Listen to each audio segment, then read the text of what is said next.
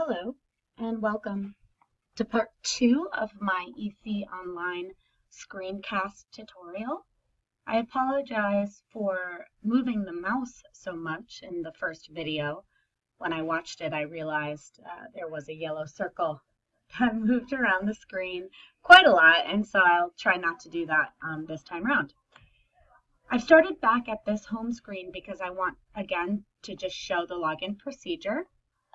We go to the www.ecenglish.com website. Takes a few seconds. And we click on Sign In, Staff Sign In. Again, you would use your ecenglish.com login information. My computer is already logged in under my name. So I'm going to select a school and continue. Here we are on my administrator screen again. In our first video, we talked about inputting lesson plans on EC Online, going to the class dashboard and clicking in the actions box. I now want to talk a little bit about level testing and how you can do level testing with EC Online.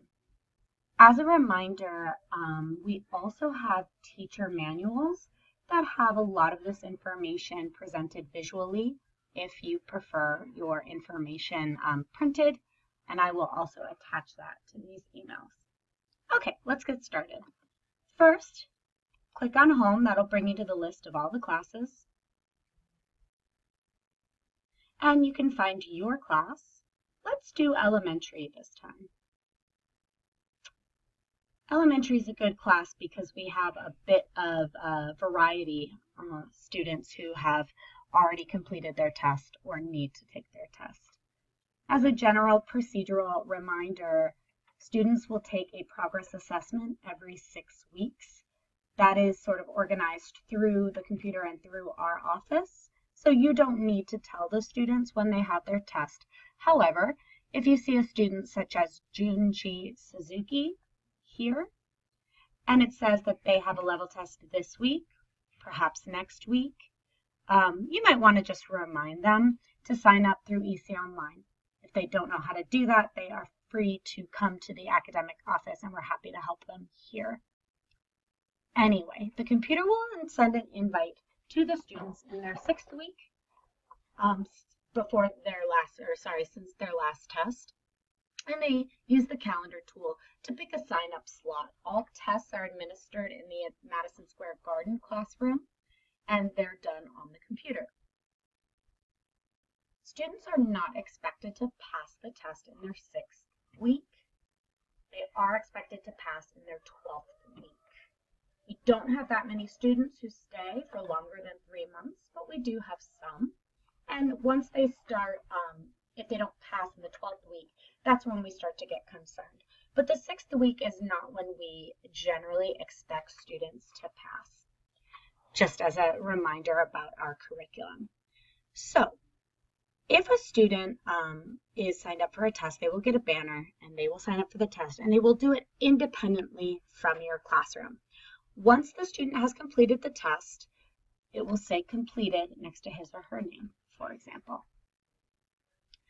I clicked on this completed button. I can also go in and look at any student's progress assessment results, and it'll bring me to this page. This page tells me the total score that the student received. So this student received a 64%. Right now in our current testing system, a passing score is 80%. However, and that's overall, there's no minimum for any one category. However, if a teacher gives a strong recommendation that both teachers that the student should move up and the student scored above a 70%, we do consider moving that student on a case-by-case basis. Sometimes we require evidence of work that we would ask a teacher or a student to provide. Sometimes we ask that the student be given a little bit of extra work to bring up a particular area that he or she might be deficient in. Again, it's on a case-by-case basis. I should note that that 80% mark is being reassessed, and it might be lowered in the future. 80% seems to be a high bar that it's difficult for students to reach. As of today, it is 80%, but stay tuned just in case that percentage changes. Back to Abdul Rahman. So Abdul Rahman took his test 2 days ago. He got a 64. The computer will score the objective portions. Those are the multiple choice portions or fill in the blank portions of the test. If a student has an emergency in the middle of the test, or if the computer crashes or something, we can always reassign a particular section here. As you can see down here, the teacher has given some feedback about the student. We'll talk about that in just a second. You will also see a place for the writing score. As of now, in the academic office, we look at what the student wrote and we assign a score. In the future, we will probably ask for teachers to be grading this using our new writing rubric. But for now, Lena and sometimes me, or sometimes I, am grading the writing assessments. Here's the important part, the speaking score. This is the place that we need the most help from teachers. The speaking score is designed to be a holistic score based on students' performance in class. It is up to each individual teacher whether he or she, each co-teaching pair who wants to assign the speaking score. In some classes, the Monday, Wednesday, Friday teacher feels very strongly that he or she should input the speaking score because they spend the most time with the students. However, the Tuesday, Thursday teacher who does not use a book is a good teacher to administer speaking projects, debates, oral presentations, role plays. So that teacher might have, a more full idea about a holistic speaking score for the student. We will eventually, through EC Online, input weekly speaking scores. The idea is that the student's speaking score on his or her 6th week will be the score that we use for the progress assessment. The idea is that each week the student should be improving. However, obviously students sometimes have bad weeks, things happen, and we would be open to changing the score for a particular week if it does not reflect what a student can do. For now, we are asking for weekly speaking scores to be written on the paper attendance, but what we need through EC Online is the speaking score for students who are taking the progress assessment only. How do you know which students are taking the progress assessment? Couple ways. First of all, again, on the class dashboard, it will tell you which students have a test this week, such as Jinji Suzuki, or which students have already completed a test this week, such as Heba Youssef.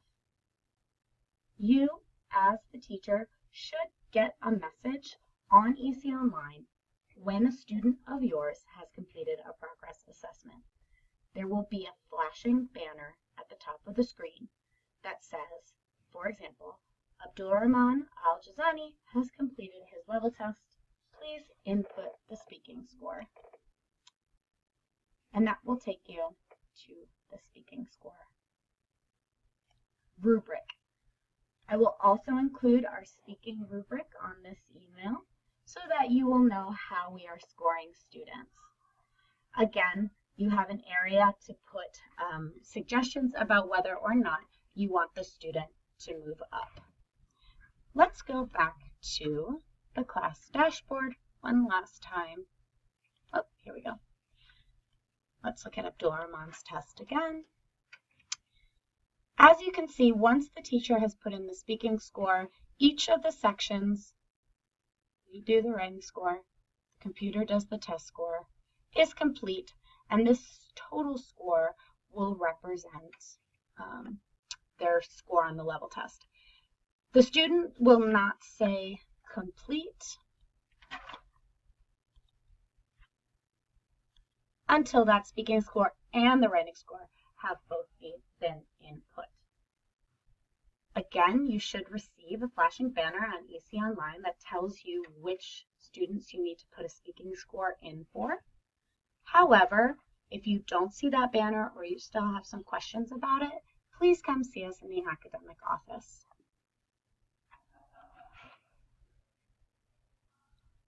As I said, I will be attaching the speaking and writing score rubric for your reference, but we do our speaking out of 20 points.